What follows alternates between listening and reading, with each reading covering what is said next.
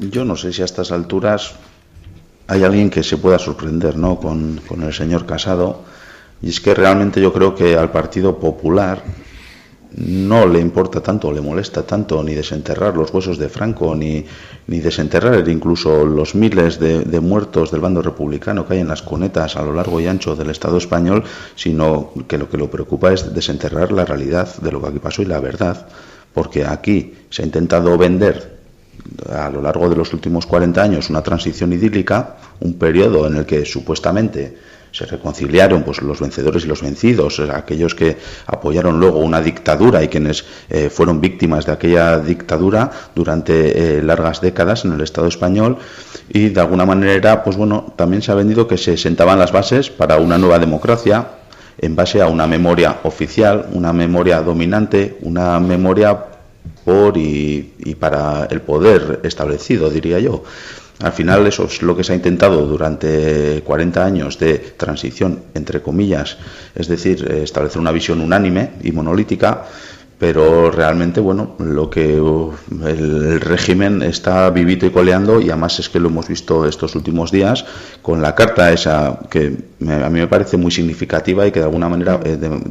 es muy esclarecedora, esa carta que 200 militares ahora mismo retirados, pero que han estado en activo hasta hace poco, pues bueno, han hecho a favor de adhesión a Franco, y que yo creo que eso en cualquier democracia sana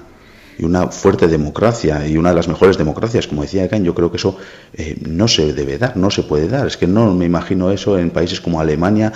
militares del nazismo ensalzando la figura de Hitler, o lo mismo en Italia con Mussolini. Por lo tanto, a mí cuando escucho hablar que tenemos una de las mejores y más fuertes democracias, cuando vemos por activa y por pasiva que no hay una separación de poderes en el Estado español, pues bueno, no sé si es una cuestión de falta de autoexigencia o es una cuestión de no querer ver la realidad, pero me parecen que son de alguna manera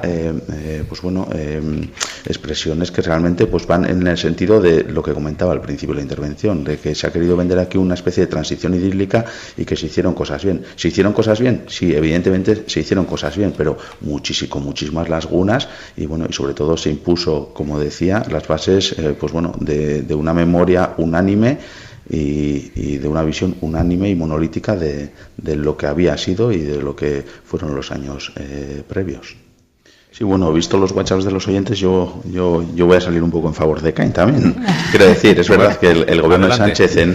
en estos días, ya no sé cuánto lleva, así 4 meses ya, ¿no? Porque el tiempo pasa y verano mediante, pues sí, uno pierde un poco la cuenta. 3 meses y medio. Sí, no llega a 4, sí. Bueno, pues sí que es verdad, bueno, que sobre todo se caracteriza, ¿no?, lo hecho hasta ahora por Pedro Sánchez en una política de gestos, pero a mí sí que me parece importante también lo simbólico, y yo creo que eso sí que hay que reconocérselo, es decir, que haya tenido, pues bueno, en este sentido, la determinación de acabar con el Valle de los Caídos. Tampoco lo tomaría yo como una cuestión de cortina de humo, porque sí que es verdad que igual nos afrontan otros debates que son necesarios y son muy importantes y de fondo y de calado, pero también es verdad que bueno, que lo simbólico en política también y en la generación de estados de opiniones de la ciudadanía y las personas es algo muy importante, y bueno, y muchísimos ha tardado. Es verdad que ha habido gobiernos socialistas anteriormente que no lo han hecho, pero bueno, yo creo que en ese sentido bienvenido sea, y a mí no me cuesta ni se me caen los anillos por reconocerlo. Lo que sí que no comparto, una vez dicho esto de Ekain, es nuevamente el hecho de que ese profesor de Derecho Administrativo, que no era sospechoso de ser constitucionalista, que comentabas que bueno, que decía que por el hecho de ser joven, no la Constitución, pues que bueno, que tiene herramientas que recoge, pero si luego sabemos que no se cumple desde lo social, pasando por el derecho a la vivienda que tienen todos y todas las españolas, y que vemos como en el día a día y cada vez hay más gente que no tiene techo. Y luego a mí me parece que es una Constitución, como he dicho antes, que viene muy viciada porque, y vuelvo a reiterar, y es que me parece muy ilustrativo,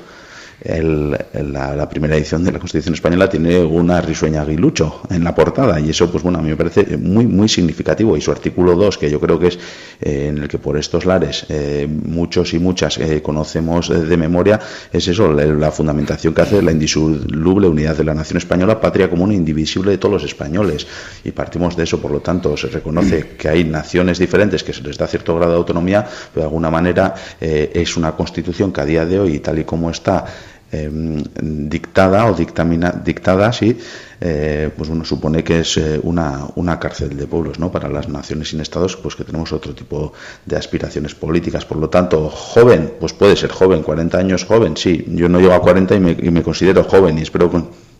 considerarme joven dentro de 5 también. Pero yo creo que eso, lo que digo, viene muy viciada y por mucho que recoja igual cuestiones más avanzadas que otras constituciones del ámbito europeo, bueno, luego otra cosa es también cómo se aplica dicha constitución y qué lectura se hace de la misma y qué se lleva a cabo y qué es lo que no se lleva a cabo.